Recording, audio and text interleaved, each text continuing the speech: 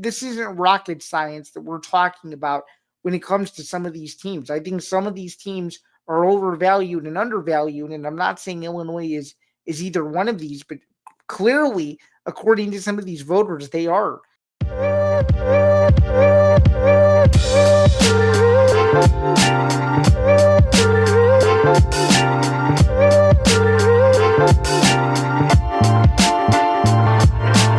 Welcome back, everyone. This is Bando's Breakdowns, episode 58. Happy September to you all. It's great to be back here. We took about a week or so off because we had NFL previews to get through and a few other additional things. But now we're back on a regular schedule, back pretty much through the end of the year.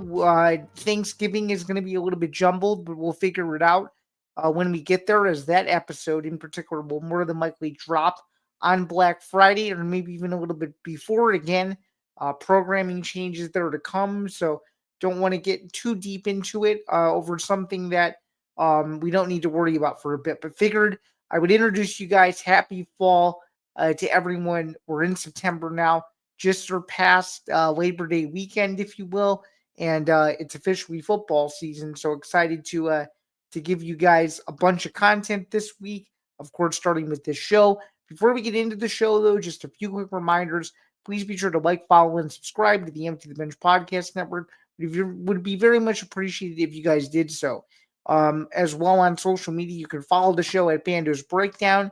Of course, you're going to stay tuned for a playback message later on in the show from our partners over there. Shout out to all they do. We've really expanded our playback coverage on that front. Just surpassed 1,000 subscribers over on YouTube. Again, youtube.com/EDB Network. Would be very appreciated if you guys went over there, gave this video a like,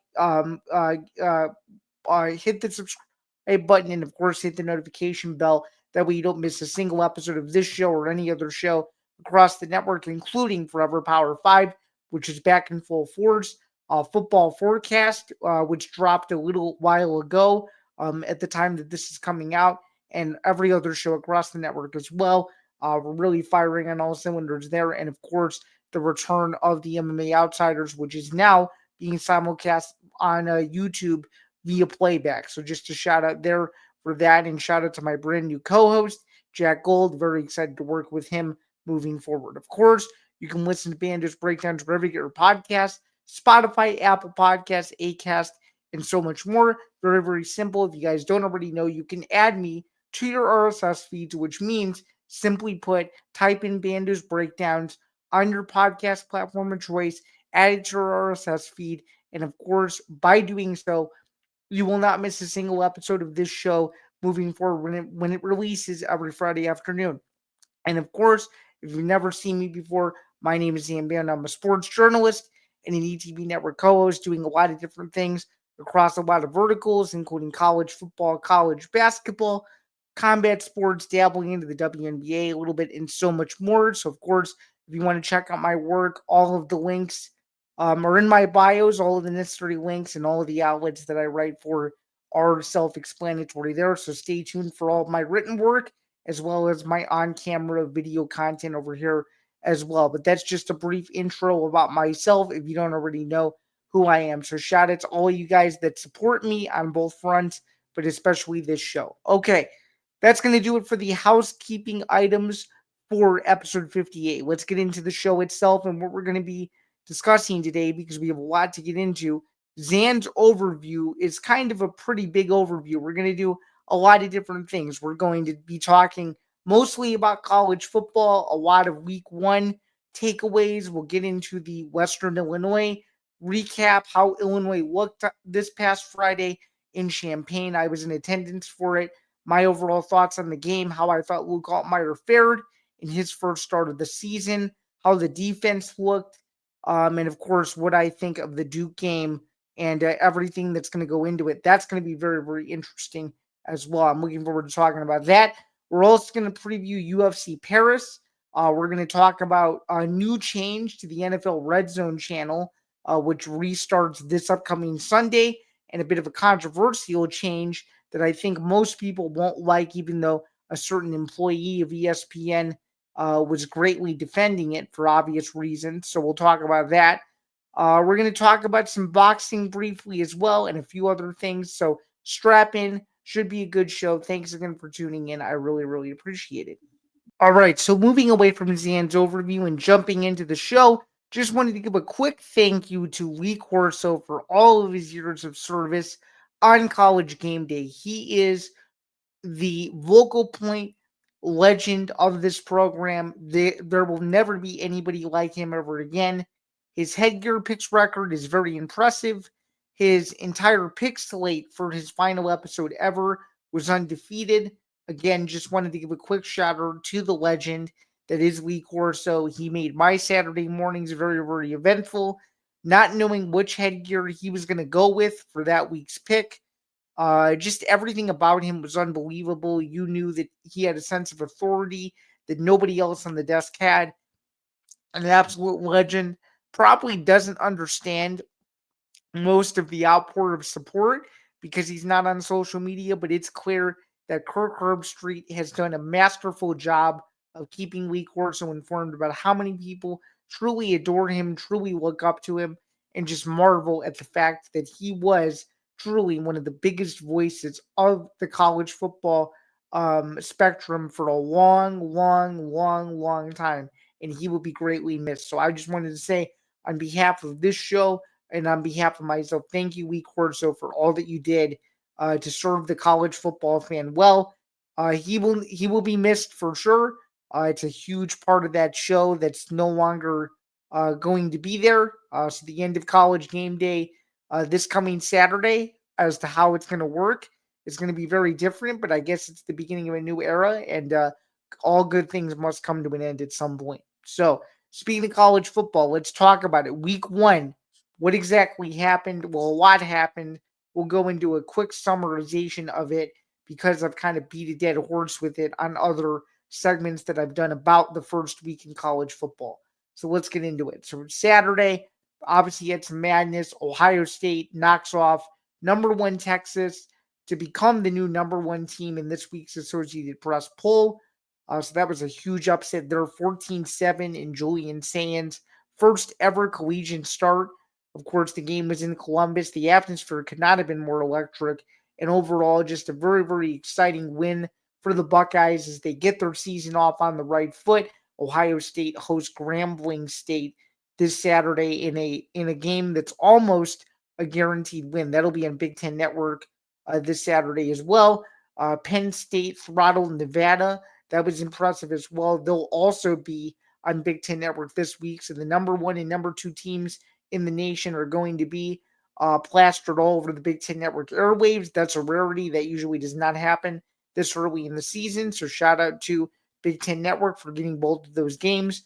What are some other takeaways? Alabama losing to Florida State was gigantic. Everyone wants to know what in the world is going to happen with Kalen DeBoer. And my message to that is nothing is going to happen. It's too early to make any rash decisions. That buyout is massive. I don't see how he leaves Tuscaloosa. It's way too early to pull the plug on it. Are they an undisciplined team or not the Alabama teams of yesteryear under Saban? That I can 100% admit. But to fire him now is too catastrophic of a PR nightmare. It doesn't make sense whatsoever, especially with the new quarterback. You got to let things play out at least this year, and then you'll reassess in the offseason if DeBoer is really the right guy, even though Paul Finebaum decided to take it a step further and say that he thinks that Nick Saban should get the call as soon as possible. I don't really think so, and I think he's been, to quote my ETV Sports co-host, off his rocker as of late, and that was another example. What were some other takeaways? Miami beating Notre Dame, huge win there down at Hard Rock Stadium. A huge win for Carson Beck. Great game overall, just a very exciting game. Notre Dame's offensive game plan, though, to me just didn't make any sense. So Miami was able to take advantage there, win the game late. Again, 27-24. Could it be a playoff preview? That remains to be seen. That was a good game. And then, of course, LSU gets the upset win against Clemson, and South Carolina overcomes a pesky Virginia Tech team to win comfortably at a neutral site field on Sunday as well. And then, of course, the elephant in the room, the one I haven't spoken about, Bill Belichick getting annihilated by TCU 48-14 down in Chapel Hill. Is the season already over? That remains to be seen. But clearly, Belichick is off on the wrong foot. This is not how I'm sure people in the UNC circle expected this game to go. Can he fix those problems? That remains to be seen. They have a game against Charlotte this week. They go on the road. Can they at least salvage their season, get their first win of the year? That remains to be seen. I'm not really sure. What Belichick showed me is that his team does not seem very disciplined. They didn't seem ready to go, and TCU just went in and handled their business and didn't care about what the outside media thought of them whatsoever. All the hype was around North Carolina. At least in this instance, though, TCU was able to shut a lot of people up, and I think that was the most impressive part of their win as well. Some other notable takeaways. Nebraska gets a huge win at Arrowhead Stadium against Cincinnati. They usually don't win close, nail-biting games like that. Maybe Matt Rule has turned the corner. Let's see. Michigan State defeated Western Michigan. Western Michigan will be playing the school that we're going to be talking about in just a second, in about 8 or so days. So that'll be interesting. 8 or so days from when this releases. So we'll briefly get into them more. But Michigan State is off to a 1-0 start, and then of course Bryce Underwood. How could I forget? Gets a huge home win against New Mexico, and it's a massive game this week in Norman, Oklahoma, against the Oklahoma Sooners. Again, Oklahoma trying to rebound from a 6-7 year this past season. Can John Mateer be the quarterback to do it? This is the first big game for OU of the season.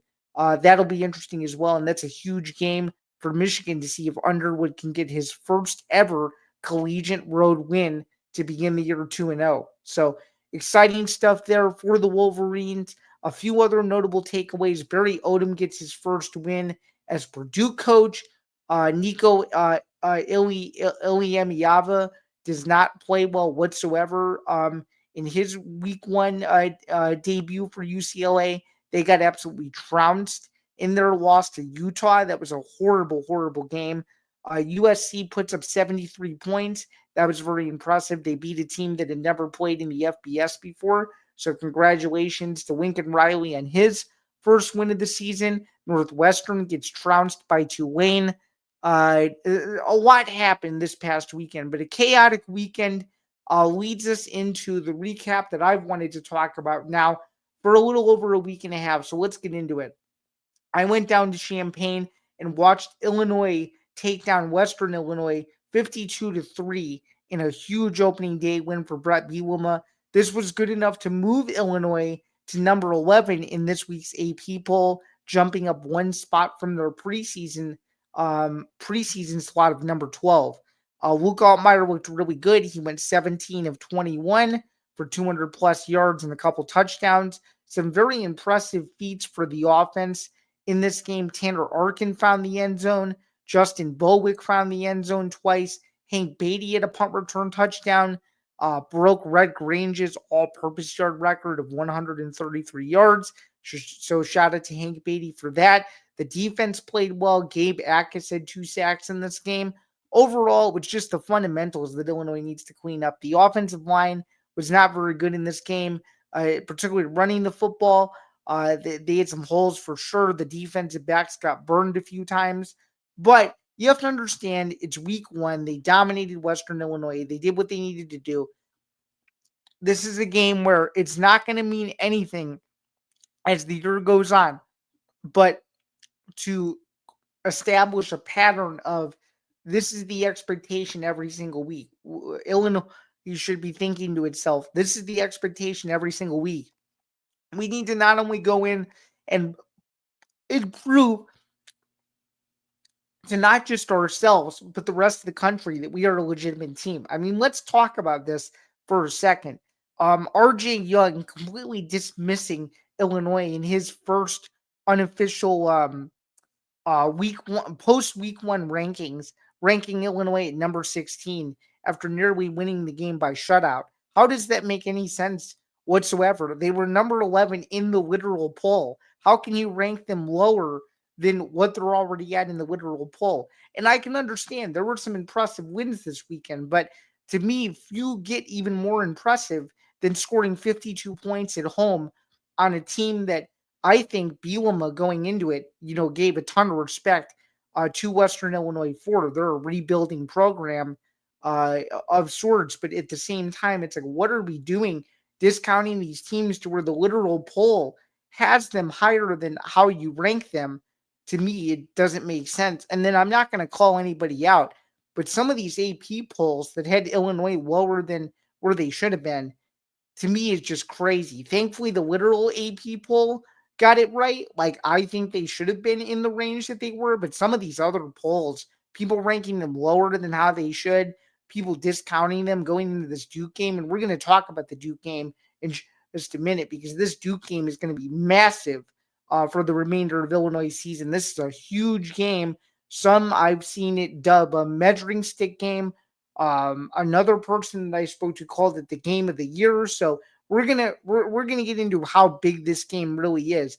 But the fact of the matter is, and my point in saying all this is, the media's disrespect for this program is still there, even after a 10-win season, even after beating South Carolina, and even after returning the majority of its starters back. There are people that still don't believe in this Illinois team, and I think that's very disappointing. You don't have to like them. You don't have to like them at all. I think I completely get it. If you don't like the way they play, or if you don't like Bielema's charismatic personality, I get it. But to rank them lower than what the polls have them at, to me, I just think it's completely disrespectful. Like, what else do you want them to do? Win by 100? I mean, let's be real here.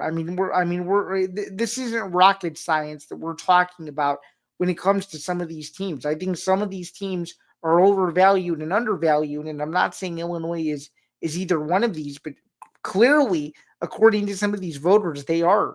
I think they're fine where they need to be, and if they can win this Duke game, there's no. You can't disrespect them. Then, I guess this is a perfect segue. Let's get into it. So Illinois plays Duke, huge game this week down in Durham. You can't get a bigger game than this. This is a Duke team that surprised a lot of people. They have Darian Mensah at quarterback. He had a huge first game against Elon this past week. They have a lot of exciting talent on both sides of the ball. They're a very good team. They're a very good team, but I do think the line suggests to me that Vegas believes that this Illinois team is legit. They're usually not favored on the road like this. Usually, when Illinois goes on the road early in the year, they're the clear betting underdog. Okay. This is another one of those games where it's just like Nebraska this past season, where a lot of people thought, okay, Illinois needs to win this game. This needs to be a turning point, program changing win. And now Bielema has another opportunity to do just that. Duke was a fringe CFP team if a few other plays went their way. Illinois, similar story, and they have a great coach on the other side. I think it'll be a great game. I think the spread is justified here. I think Illinois wins the game by 3. I think it's going to be a 24-21 type of game where I think it's going to come down to the very end. Either an Illinois defensive stop or Illinois wins the game on a last second field goal. I don't know. But this is a game where Duke is going to punch Illinois in the mouth, and Illinois is going to have to figure out how to respond. And I think this Mensah kid is very good. I think he's going to test our DBs and safeties to the umpteenth degree, if you will. It's going to be interesting to see what defensive game plan Aaron Henry comes up with. I have no idea what that's going to look like, but he's had some unbelievable defensive game plans over the last year and a half. The way they were able to shut down Lenora Sellers was impressive. They're going to have to do the same thing to Darian Mensah, and they're going to have to do a better job running the football. It's as simple as that. This Illinois team is their bread and butter is let's run the ball to set up Luke Altmaier to go deep. That's been the whole MO of this Illinois team for a long time, ever since Altmaier became the quarterback. They have become more pass happy in the last few years, but I think they're still predicated on let's run the ball, control the clock, and run the ball, control the clock, play good defense, and cover kicks, and you have a chance to win most of the games you play. And I think Bielema is going to do a smash mouth bread and butter type of offense where they're going to try to pound Wofford, Valentine, and Fagan as much as they can to try to wear down these Duke linebackers, because I don't think, at least so far this year, Duke has not played a rushing attack that's as physically imposing as Illinois has a chance to be. And if they can fix the offensive line, they'll have a chance to have not just a good year, but a really, really, really good season. So this is another one of those games where Illinois can't let it slip away. They got to get to 2-0 before they come home and play Western Michigan, before the schedule gets real on my birthday when they go to Bloomington to play Indiana, an Indiana team that in all likelihood, assuming that it doesn't slip up over the next few weeks, will be undefeated going into that Big Ten opener, to where the loser of that game will potentially have to win out in order to have a chance at winning the league at the end of the year. So it has a chance to be a really exciting year for Illinois, but if they can win this Duke game, the season the season could live up to the preseason hype. Let me you say that. And if they lose the Duke game, it puts even more pressure on Illinois to go ahead and try to run the table. Because if you lose the Duke game, you're in a situation where another loss puts you in that fringe CFP category, which is where they were a year ago. They lost a game they shouldn't have to Minnesota. They don't want to look back on this year and say, man, had we just beaten Duke in early September down in Durham, North Carolina, the season would be a lot different. So they don't want to be leaving that stadium and going back on the plane saying, gosh darn it, we had a chance and we couldn't pull through. That's going to be interesting. I am super excited for this game. And another person that's super excited for this game is head coach Bret Bielema, who was on Unsportsmanlike Conduct on ESPN. Let's hear what Bielema had to say, because he was extremely complimentary of his group and just overall of the direction that the program is currently taking under his leadership, as he, in my opinion, is single-handedly turned it around. So let's hear what Coach B had to say. And again, this is courtesy of ESPN and Unsportsmanlike Conduct. And of course, here's the audio. Here we go. Michelle, to be honest, I was told by Josh Whitman, our AD, last week at some point, it's like, hey, we may have close to 11,000 students. And I know that's a big number. We have 50,000 students here at Illinois, but to have 11,000 students, is really a crazy number. But as we know, and I said this yesterday in my presser, right, college students, right, those alumni become your season ticket holders of the future, right? They become your biggest fans. The genesis of, I know you're a very passionate Illini fan, and a lot of that was developed while you were here, even though it hasn't been great sometimes in the past. It's just So that was basically Bielema talking about just overall the student fan support that he has seen. And I'm going to tell you a quick personal story just about the level of a turnaround in terms of just the student buy-in to the athletic programs. So let me peel back the curtain. So I'm a 2022 Illinois graduate, which means in the fall of 2021, that would have been Bret Bielema's first year. Okay. I went to every home game that year except for one game, his first year. Okay. I started to notice a shift as early as the first game he ever coached in Champaign. They played in Nebraska. Nebraska was a decent team. They weren't great, but it was the first game of the year in college football. The game was supposed to be in Dublin, Ireland, was moved due to COVID, and just like it would have been at that point during COVID, it would have been a disaster to play that game overseas. So they didn't play it overseas, and Illinois won the game. It was Bielema's first win. I think he's now, let's see now, if you include the first game of the season, I think he's 29-22 overall as Illinois coach. My point in saying it is the amount of students that were there for game one in 2021 was the start of a revolution that's now become what he said in that audio clip, which is 11,000 students showed up to the opener. It was a Friday night game, Western Illinois. Class hasn't really started yet. So a lot of people were excited. And I'm sure most of those people were there because it was a social activity. A lot of people wanted to go. because their friends said, "Hey, let's go to the Illinois game. It'll be a fun time." It's going to be interesting to see how many of those 11,000 students return. Number one, and number two, if a bunch of those are student season ticket holders, because I can bet you that over 70% of them are, considering that it's now public knowledge that every student season ticket has sold out. And when I was a student there, I had season tickets in Block I every year, and it was nothing like that whatsoever. You have to remember, I went during the one of the lowest program periods in the last decade. It was Lovie Smith, and I really only ever endured losing seasons. My freshman year, they went 4-8, lost some inexcusable games. My sophomore year, they went to a bowl game, lost to Cal, and then my junior year, which was his final year, he didn't coach the last game. They went 2-6. So it's clear that the program has totally shifted. Now it's going to be interesting to see if the student buy-in can still stay as prevalent as it is now. And I think if Illinois can win this Duke game, the momentum going into Western Michigan in about a week or so, I think is going to be very, very, very apparent that the Champaign community, if you will, is going to really get behind this program if Illinois can take care of business on the road, remain undefeated, and I think Bielema is very much aware of how much Memorial Stadium has become a very difficult place to play. I mean, I was down on the field, end of the fourth quarter, and yeah, Illinois won the game by a considerable amount. But the amount of just energy in that stadium, whether it was the band, whether it was the students, whether it was the cheerleaders, like everybody is excited to see what this football program can do.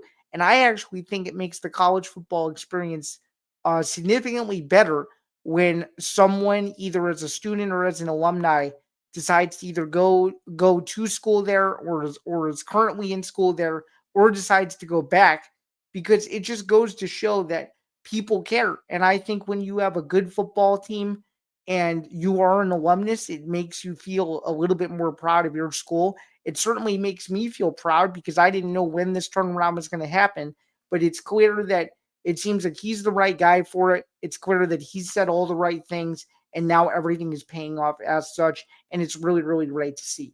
Let's move on to some more football now. Let's move away um, from talking about Bielema. And by the way, just as a reminder, Illinois will win that game. They'll get to 2-0 going into Western Michigan next week. Let's talk about some more football though. NFL RedZone is no longer going to be commercial free.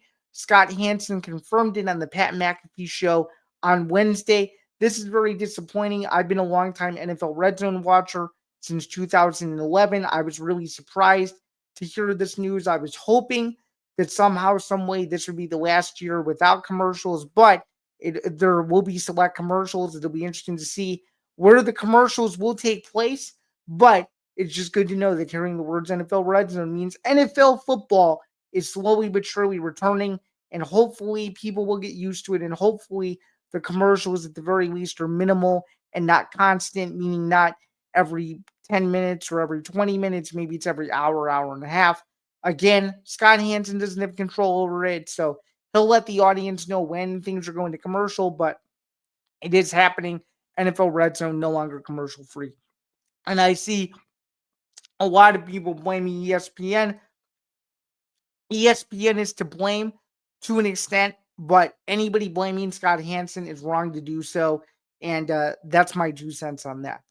All right, let's talk about Paul Finebaum. Let's switch back over to college football.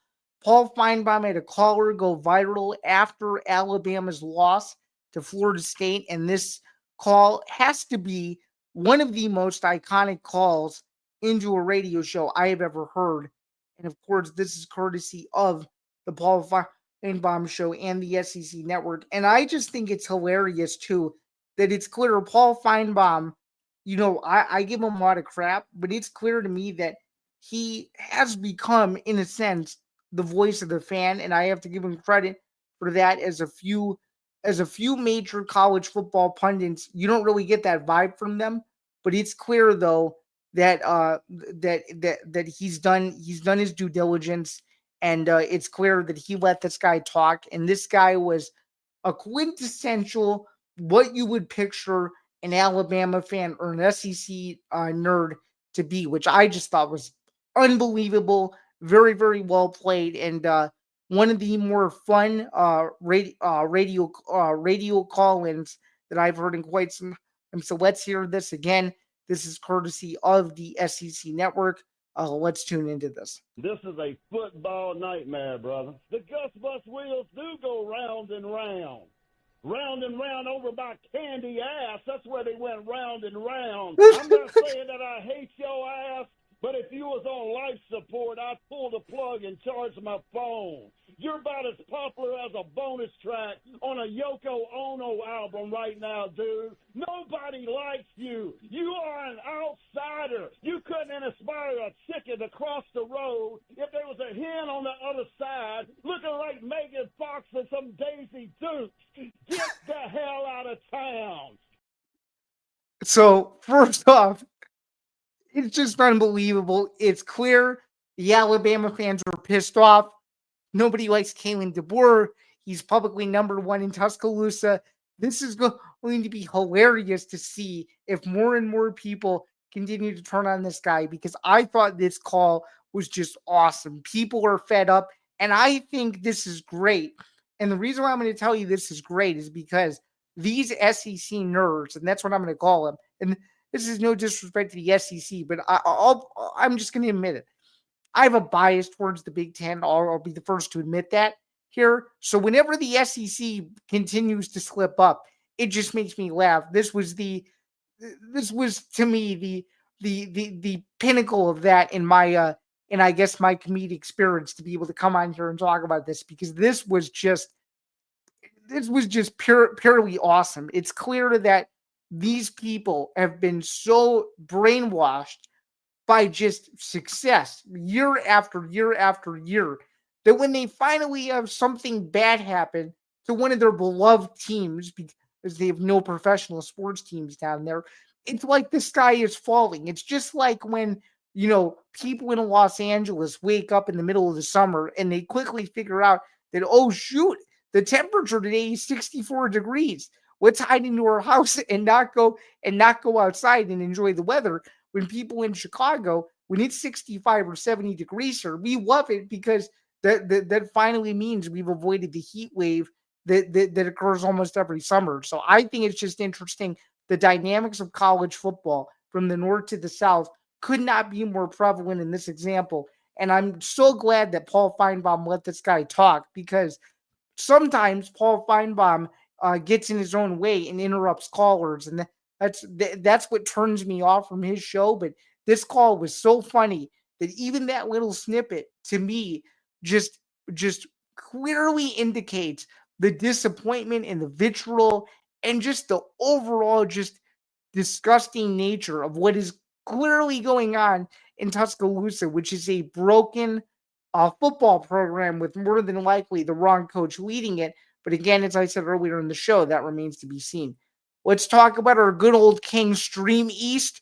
According to the Athletic, StreamEast has been shut down forever. For those of you who don't know what StreamEast is, I guess I'll just talk about it, because now it has come to the public national sports media spotlight. StreamEast is a website that is illegal, and you can watch any sport in the world on it in clear, high-definition quality, anything from the NFL, the NBA, Major League Baseball, hockey, the UFC, boxing, WWE, anything like that. Huge, huge news for the streaming community, okay? Now, I'm not going to really go deeper more than that. There are going to be other ones that pop up, but it's clear that these companies are going to be in big trouble, because now with all of the D2C platforms and everything else, it's going to be more difficult to stream. That's my opinion. I think these companies are caving in. They don't appreciate the fact that StreamEast has taken over their business and their livelihood and taking subscribers away. So the only thing they can do is prosecute these people. So that's what they decided to do. And as someone who can say with confidence, and I am serious, I will go on the record and say this, I have never used it because of the risks involved in giving viruses to my laptop and stuff.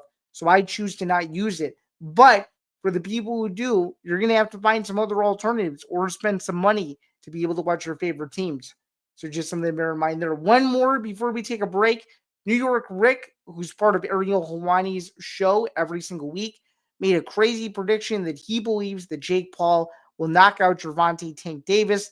I don't think so. That is an absurd take. Gervonta Davis is a world-class boxer. All Jake Paul does is beat retired UFC fighters. This fight will be a wash on November 14th. It'll be one of the biggest jokes that boxing has ever seen, and I believe that New York Ric is going to eat his words in the worst way possible, and anybody propping this fight up, it's a complete joke. Tank Davis is going to put him in his place, and it's going to be hilarious to see. Well, I'm excited to watch it for the comedic aspect, but anybody picking Jake Paul is, to me, completely absurd. So just a shout out there. We're going to take a quick break, and we will be right back with a message from our friends over at Playback. And after that, we will continue on to the rest of the show. So thanks, everyone. Just wanted to give a quick timeout in the middle of the show to remind you guys that Bando's Breakdowns is presented by Playback. I teased it a little bit earlier that there was an announcement coming, and sure enough, without further ado, here we go. Presented by Playback, watching sports is more fun with others, but we spend too much of our time watching alone. Playback is a virtual space where communities can stream live sports together with everyone perfectly synced up. Creators can hop on stage, deliver their own play-by-play analysis and commentary, and invite viewers up for Q&A. Playback makes watching sports fully interactive and a social experience. From playing fantasy sports, repping your favorite players and teams, and watching with the commentators and communities you care about. Win or lose, sports are best to do it together. Join our community by going to playback.tv/ETV Network to find out more, including our live stream schedule. And with that, we can get back to the show. All right, continuing on.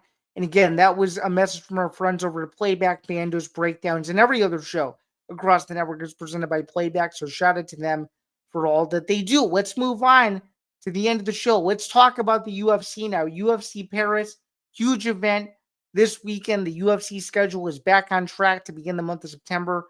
Kyle Bahio, Nasruddin Imavov in the main event of the evening. Huge middleweight fight as the middleweight division is slowly but surely getting its legs moving for Hamza Chimaev's first ever title challenger. So let's talk about this fight in full. We're going to make a pick on this fight right now. You'll get my entire prediction breakdown this Saturday morning before the event. Let's talk about the fight in question, though. Nasruddin Imavov in the main event, sitting with a record of 16-4.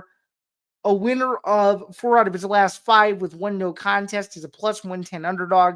Kyle Bahio, a winner of 5 straight, minus 135 favorite. Good fight. High quality fight, super technical. I think somebody gets the finish here, but Imavov in Paris, difficult to pick against. I understand he's the betting underdog, but I think given his last performance, I think Bahio is in for a rude awakening, and I don't think Bahio has fought someone at the level of Imavov throughout his UFC career.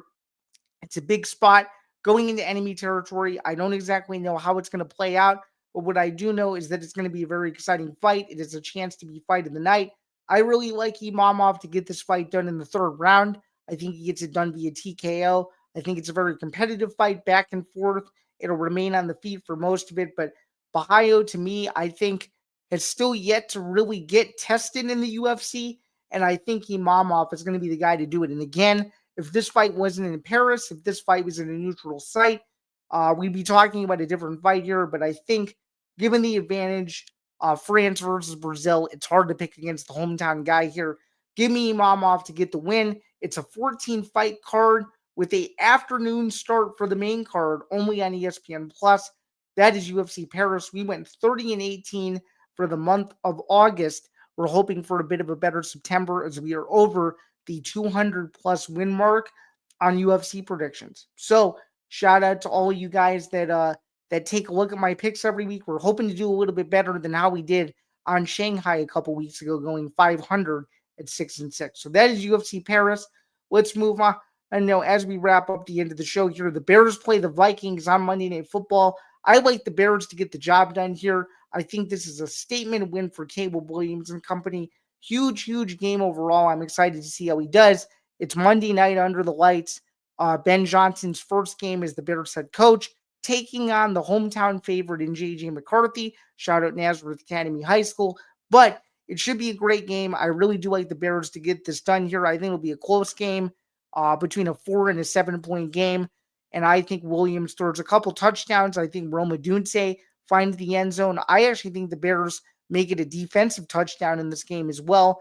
I just expect it to be a good win for the Bears to start off a very important season where a lot of people think 8 or 9 wins gets you into the postseason. I think getting an NFC North win would be a great start there as well.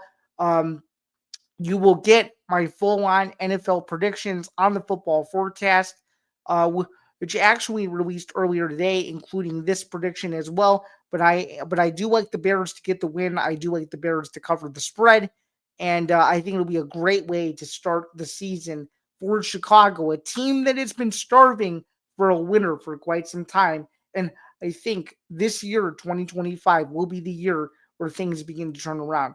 One thing I saw, somebody made an edit of Jordon Hudson, making it look like she was in EA Sports College Football 2025. Unbelievably hilarious. Shout out to whoever did this. You are a legend. And I think it just goes to show that the circus at North Carolina will only continue to get worse as long as Jordon Hudson is involved. Not to mention that she's already part of another viral video where she's asking Belichick a question on the sidelines before the game, and it looks as if Belichick's shoes are off. I don't know what that was about, but it's clear, though, that she's still around the team. Is she a distraction?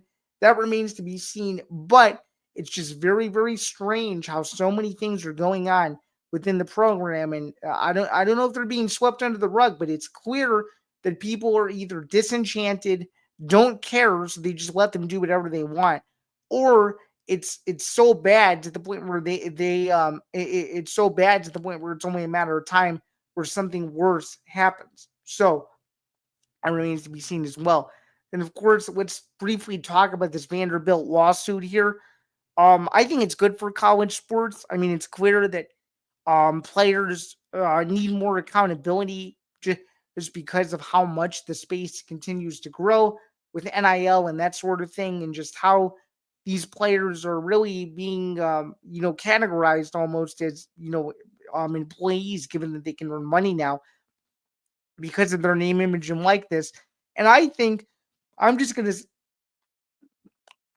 say it. I think some schools are beginning to embrace it, but I feel like um, what they're not doing, and what I think they could be doing a better job of, is teaching some of these guys, okay, this is what you're gonna do, when it comes to the pros versus college. And I feel like they're kind of going through the motions with this whole thing. And I don't know. I just think there's so many unanswered questions just about this new era in the sport. And I think it's ridiculous that you're going to try to limit people on how much money they can make. I think that's insane. Any average person can make as much money as they want. I don't understand why a collegiate athlete can't do the same thing. They're getting there, but they have a lot more to go. And it's clear that the NIL world, I think, is still the wild, wild west. I mean, Dan Lanning even admitted it, that they spend money to win. So if they spend money to win, I think the players, even though some of them are receiving a nice cut of it, I feel like the wealth in some ways should be spread as evenly as possible, because some of these other sports are just not getting the same level of attention that men's basketball and football continue to get at some of these major universities. And some schools are doing a great job. So some schools are doing an excellent job with some of their other sports, but others, it's almost like their sport is the same. Like nothing has really changed since NIL was instituted. And I could be wrong in some fronts, but I just am starting to notice that the bigger schools and the schools with more money and the schools with more power are continuing to showcase themselves as schools with said power, to where they can't really do anything about it. And it leaves these other schools high to dry, which is why you're seeing some of these schools like Western Illinois and Eastern Illinois and some of these other smaller schools get huge payouts to play these major teams because they need it for funding and all that. I feel like in the NIL era, that stuff should be obsolete. And some of these smaller schools should feel like they're on the same level as some of these bigger schools, but it just simply isn't the case. So I don't really know. But all I know is that this is an ongoing story. We're going to continue to follow it. And I think it's good that Vanderbilt is taking it upon themselves to do this, because if they aren't going to do it, who else is going to do it? So I'm not saying they're the only ones that need to do it, but it still makes a huge difference. No errors this week, which is very good. So shout out to all you guys for sticking with me. Shout out to all of you for a very clean show. And that's going to do it for another edition of Bando's Breakdowns. I really appreciate all your guys' support.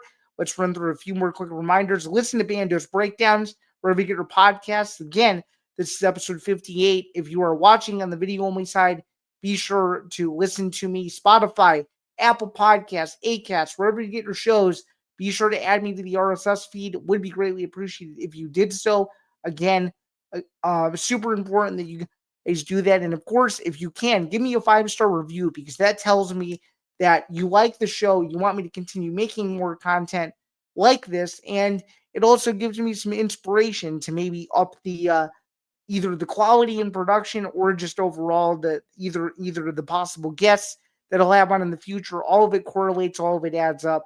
So if you guys could do that for me, it would be greatly appreciated. And then again, if you're listening to me, please be sure to go back over to the video side, youtube.com/GTV Network. And of course, be sure to subscribe, hit the notification bell, like the video if you like the content that you are seeing. So that's going to do it for another edition of Bando's Breakdowns. My name is Zain Bando. Thanks again for tuning in. I hope you have a wonderful rest of your week. I hope you have a great weekend as well. A happy September, soon to be fall. And I will catch you guys soon for more exciting sports news as we get deeper and deeper into one of the best times of the year, where football is in full swing until February. See you guys soon.